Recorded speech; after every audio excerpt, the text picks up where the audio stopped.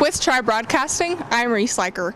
In 2020, business seemed to be going as usual until the COVID-19 pandemic hit. All of a sudden, our economic state was in question, and businesses didn't know if they'd be able to survive the next year. We heard a lot about this in our mainstream news, but not as much at a local level here in Hays, Kansas. So I decided to interview 6 different individuals representing industries such as retail, restaurant, hotels and lodging, fitness, beauty, and more. So you'll get to hear how the pandemic impacted them and how they had to pivot firsthand in this video.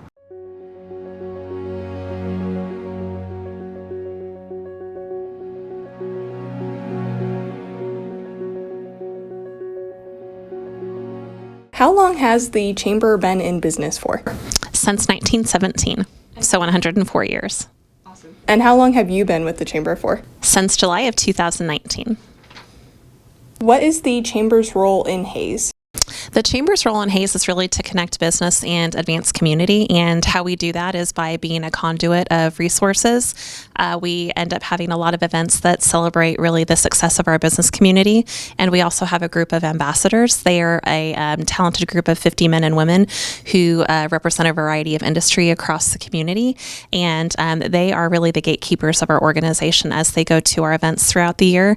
And once they learn about those businesses and the services that they offer, they can in turn share that knowledge and information with people when they make referrals.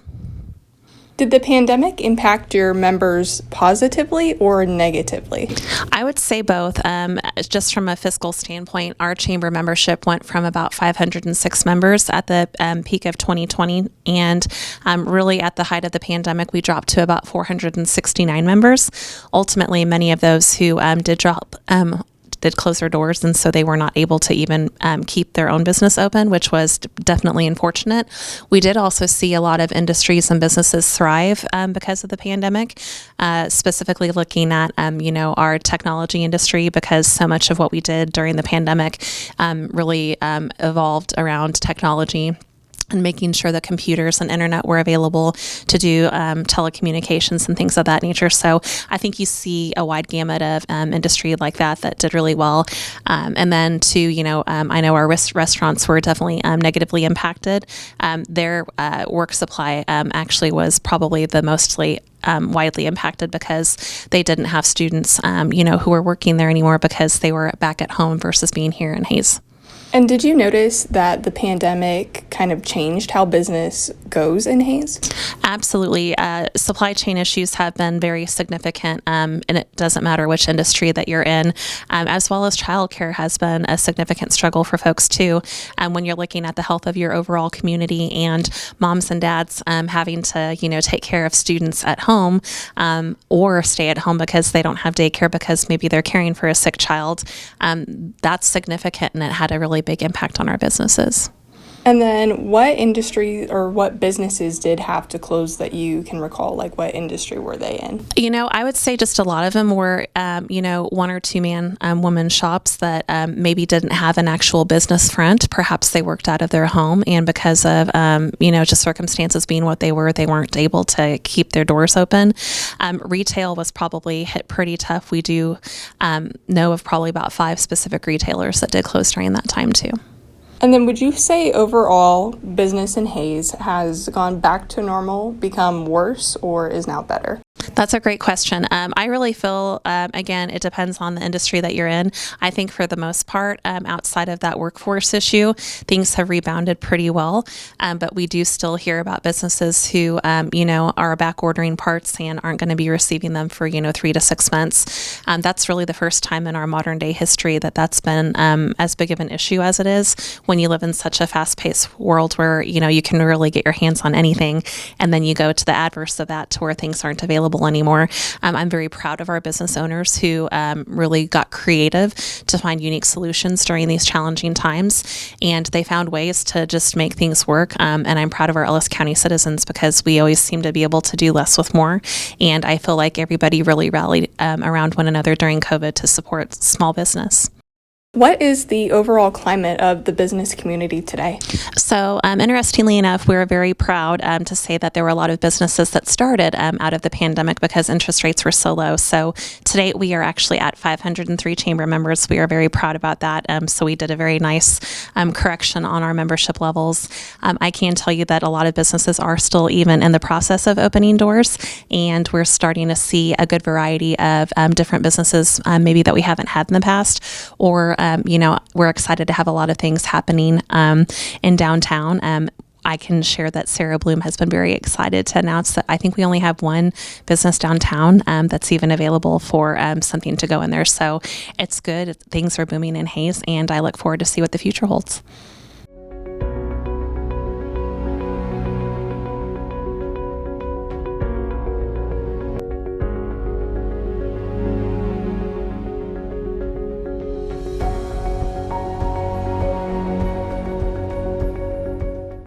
So James, how long have you been in business? We have been in business at Chestnut Loft for going on 4 years here, actually, this month. What industry is the Chestnut Loft considered to be in? The Chestnut Loft is actually considered to be in hotels and lodging. And did the pandemic impact you negatively or positively? Well, if we look, there was really two aspects of that, because at first it affected us very negatively because we actually had to temporarily close our doors because we didn't know what was going on. No one wanted to make reservations. But since then, since travel has picked back up, it's actually affected us very, very positively. During COVID, how did you have to pivot as a business? For us, how we pivoted, of course, we always maintain very clean standards here. And so we had to change a couple of our products to deal with COVID, a couple of our cleaning protocols. We added a couple of amenities. We were looking at the market and seeing what people were looking for when they were traveling. And one of the things they were looking for, of course, was a private residence, a place that they could have to themselves, something with great filtration, cleanliness, an outdoor space, and overall just a sense that they knew that they were safe from COVID when they entered through the doors. And so we adjusted appropriately, and it's been great for us ever since. Would you say there was a time when COVID hit that you considered closing the Chestnut Loft down, or did you close the Chestnut Loft down? Yeah, actually, well, we did. We closed the doors to reservations for 10 weeks.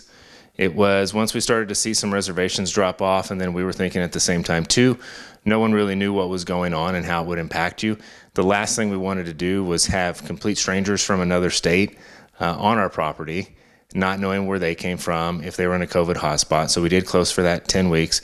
But no, we never looked at ever closing the building. We knew it was going to be a temporary thing. We just had to see how we could rework a couple of things and how we could come out of it stronger. Since COVID hit in March of 2020, would you say the current state of the Chestnut Loft is back to normal, better, or worse? Definitely better since March of 2020, because that, of course, was the month we shut down. That through June 1st was actually when we closed it down. But the state of it has been tremendous. We've had more reservations. We've hosted a lot of first-time people that have never used Airbnb or Vrbo or through Orbitz. There's a number of ways that you can actually find this property online. And so it's been really cool to interact with everybody.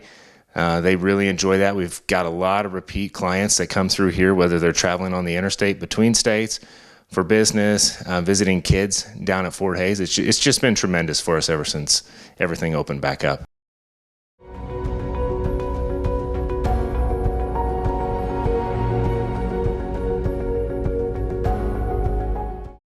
So Dustin, how long have you been in business? So this business, we started in September last year, 2020, middle of COVID-19. But I've actually owned my own business for about 10 years. Diamond Art Jewelry was my first business. And now recently the Fox Theater. What industry or industries do you work in? So basically retail and then what we would consider to be the hospitality industry. We do concerts, we do weddings, but both of those industries that were pretty hard hit by COVID-19. Did the pandemic overall impact you negatively or positively? I would say it impacted us negatively. We had a lot of fear that came from when the Strand opened up. We were worried we were going to lose weddings that were in fear of the pandemic. My jewelry store, it's tough to tell because the way that it worked was we had a good year, but you should progressively have better years as you get older in business, and at some point it kind of levels off, but we were still in a growth stage with Diamond R, and we had probably the best Christmas we've ever had. And so in that way, I think that COVID-19 actually helped Diamond R, and it's just because people didn't travel as much, and so they had a little more disposable income that they could spend on our jewelry store. And I think that they thought more about local businesses and how they might be doing, and so they wanted to be helpful. They wanted to give us business, especially since they maybe weren't impacted by it and thought, hey, we didn't go on a trip this year, so maybe I'll spend a little bit more money on Christmas gifts or stuff like that. How did you have to pivot in your businesses? So the big pivot with Diamond R was we were shut down for a while. We couldn't actually run our business. We weren't considered essential, and so we were asked to shutter our doors for a little while to try to slow the spread of the virus. I still think that was premature. We didn't really have COVID-19 out here at the time, and I was kind of back up at full capacity by the time it hit.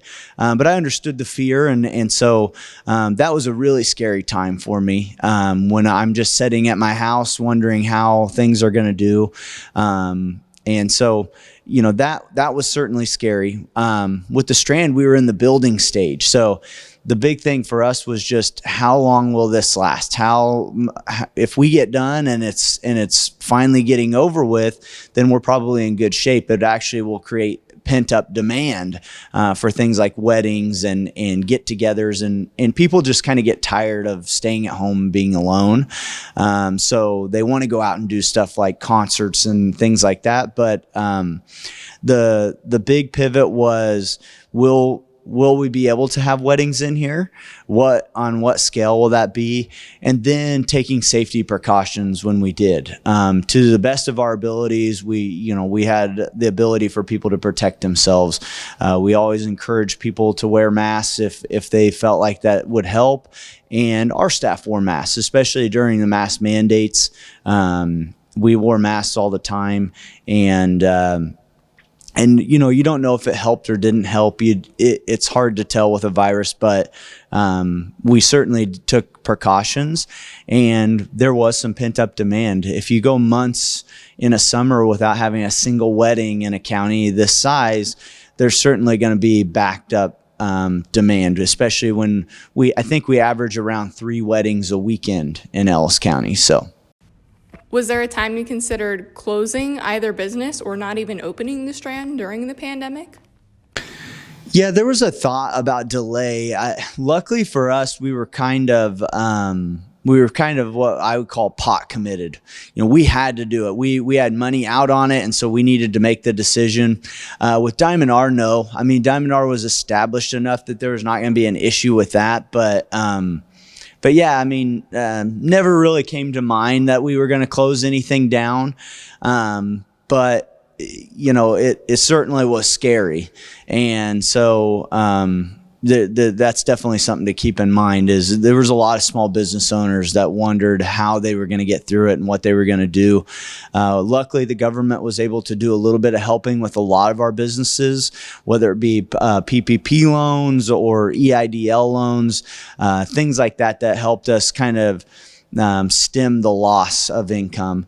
The hardest thing was hiring. I didn't know how much I could pay my staff. I didn't know how long I could keep them around just taking losses. And luckily I never had to let anybody go. But I did have one kid that, was kind of planning to stay around a little longer. And I just told him, you need to go take the next job because we don't have anything to do. Would you say your current state is back to normal, better, or worse? Current state is better. We still struggle with hiring. We always trying to get staff in our businesses has been tough. But I think we're better now. We have a unique economy out here. When oil goes up, we're not necessarily in a bad situation, like some places, but yeah, I mean, it's certainly better. All our businesses seem to be doing okay right now. And I would say the Strand is kind of the one we're in right now is kind of the shining star. It has weddings every weekend. Actually has 2 weddings this weekend. So we'll have a wedding on Friday, and we'll transition right away and get a wedding ready to go for Saturday too.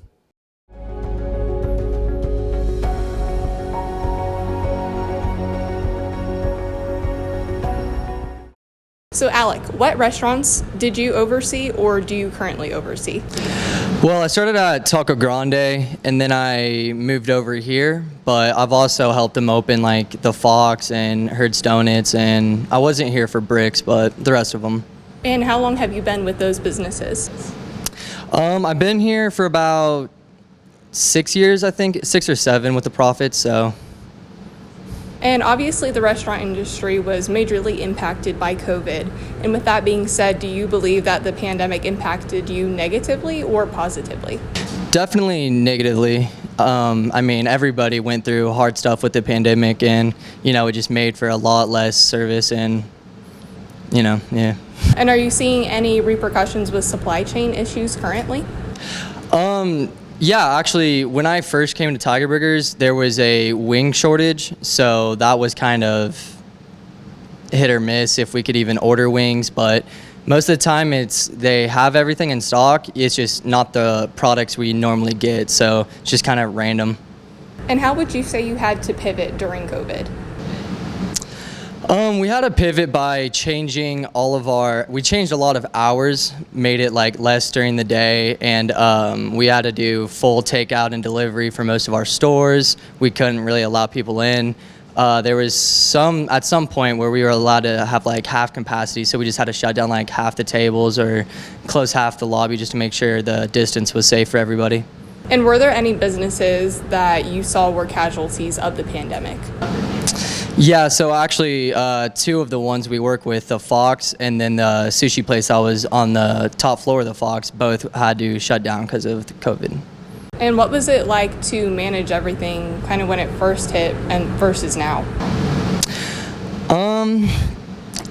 It was kind of, at the first it was a struggle, but it kind of got easier because we couldn't do as much business. So it was a little easier to manage, honestly. But that's obviously not where we want to be as a business, so it's definitely getting back to normal now. Yeah, so kind of leading into that as well, is your current state back to normal, better, or worse? It's definitely getting better. I would say we're definitely in a growing phase. A lot of people aren't even wanting to work right now because of all the checks that went out, but we're slowly getting a crew back together and growing. And do you think that the industry can bounce back from what happened? I definitely think so. I definitely think over time it will. But it obviously will just take a lot of time to get there.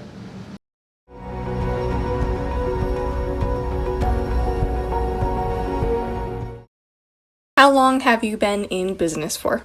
I have personally been in business for 19 years, but Redz as a business has been here for a little over 17 years. What industry is Redz in? We are a salon, a full-service salon. Did the pandemic impact you negatively or positively? Overall, positively, but it began negatively. They shut us down for 8 weeks, so I had to find another way to make money without having my doors open. How did you have to pivot? I've always wanted to have a boutique or little clothing area up front. So it gave me the opportunity, since our doors were closed and nobody could come in anyways, we remodeled and made room for a small area of boutique clothing and items.